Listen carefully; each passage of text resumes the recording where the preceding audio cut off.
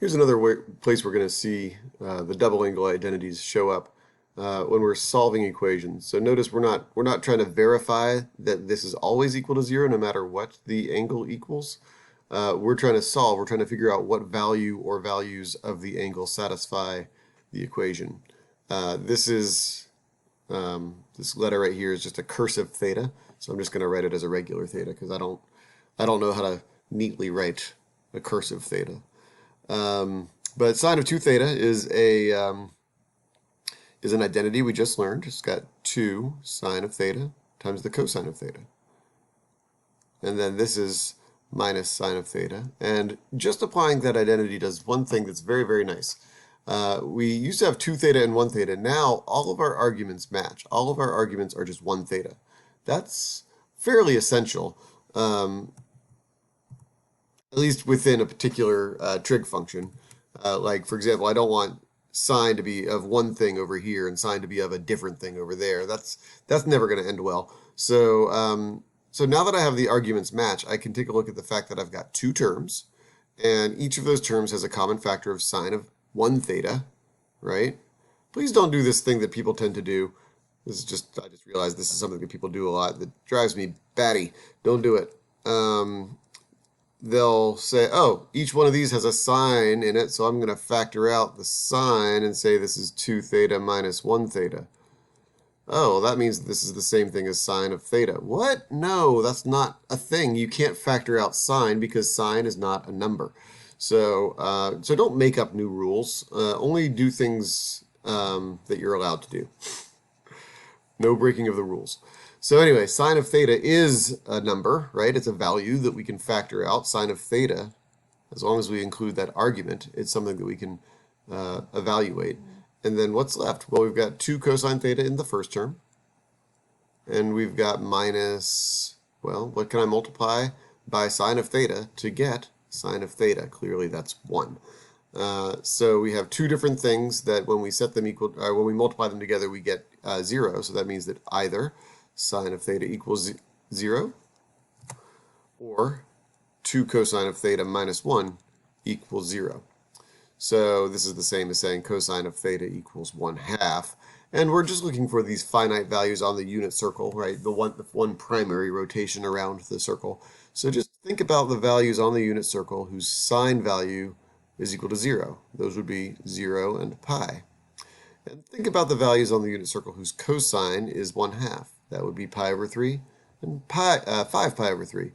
And that would be it. Remember, you can always graph your equation. Set y equal to this, use x instead of theta, and look for where it hits the x-axis, that 0 right there. Another thing we can do is we can take each of these values and substitute theta for those up here and evaluate and see if we get a true statement. And that's something you can do without a calculator as well. So that's a good thing to consider. All right, on this next problem, again, we've got this cosine of 2 theta versus cosine of 1 theta. That's bad. We don't like arguments to not match. We want to make sure that they're the same. So obviously we're going to use the cosine double angle identity here. But the problem with the cosine double angle is we've got 3 choices. We could use the one that uses cosines and sines. We could use the one that uses just sines. Or we could use the one that uses just cosines. So we have to look at the rest of the problem to realize, oh, we already have cosines. We don't want to introduce anything new. So let's make sure that we use the one that uses just cosines. And that's the one that's 2 cosine squared of theta minus 1. Pay attention here about the 2's. Don't write this like a regular 2. This is an exponent 2. This is a coefficient 2. So that's a source of confusion sometimes.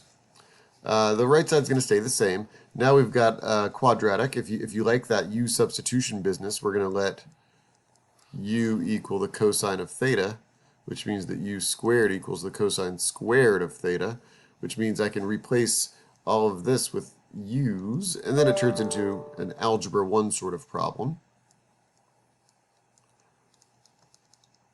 Right, subtract the u over to one side, then we can try to factor. 2u times u gives us 2u squared. 1 times 1 gives us 1.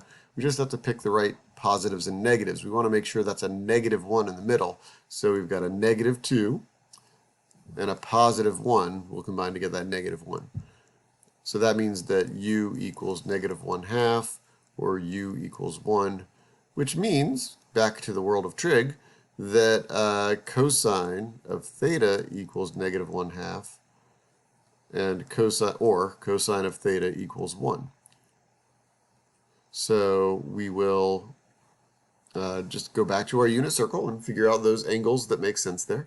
We've got theta equals, for the negative 1/2, the cosine is negative 1/2 when we're over there in quadrant 2. That's 2 pi over 3, or 4 pi over 3 down there in quadrant 3 on the left side of the unit circle. And cosine of theta equals 1 when theta equals just 0. That's the only one. Don't include pi, because pi is 2 pi, because 2 pi is coterminal to 0. So we actually notice we're not actually including 2 pi as part of our interval that we're interested in. And again, these are things we can check either in the calculator or just plugging it back into the original equation. Finally, we've got the tangent equation here. Don't jump to conclusions here. Never mind. We do jump to conclusions. Well, or rather, we'll just go ahead and use the double angle identity. I was thinking maybe we could factor this out. But we don't want to factor that because we don't have it equal to 0. So remember, we only like factoring when we have something equal to 0. I think I might still factor this, actually, because it's just going to be too messy otherwise. I'm going to factor out the tangent of 2 theta. I just feel like that might make things a little easier. Yeah, I'm not going to get a 0 over here, so I don't want to set each of these two things equal to 2. That's not a thing. But it's just a little bit nicer to work with here. So tangent of 2 theta, well, that's the same thing as 2 times the tangent of theta over 1 minus tangent squared of theta. I see where this is going. Do you guys? If this is a fraction, maybe we'll write this as a fraction as well. Something very nice happens. Whoops. 1 minus tan squared is gone. It cancels out. So that really greatly simplifies this problem. Now we have 2 tangent of theta equals 2, or 1 tangent of theta equals 1, and then we're down to just those 2 angles on the unit circle whose tangent is equal to 1. Pi over 4 and 5 pi over 4.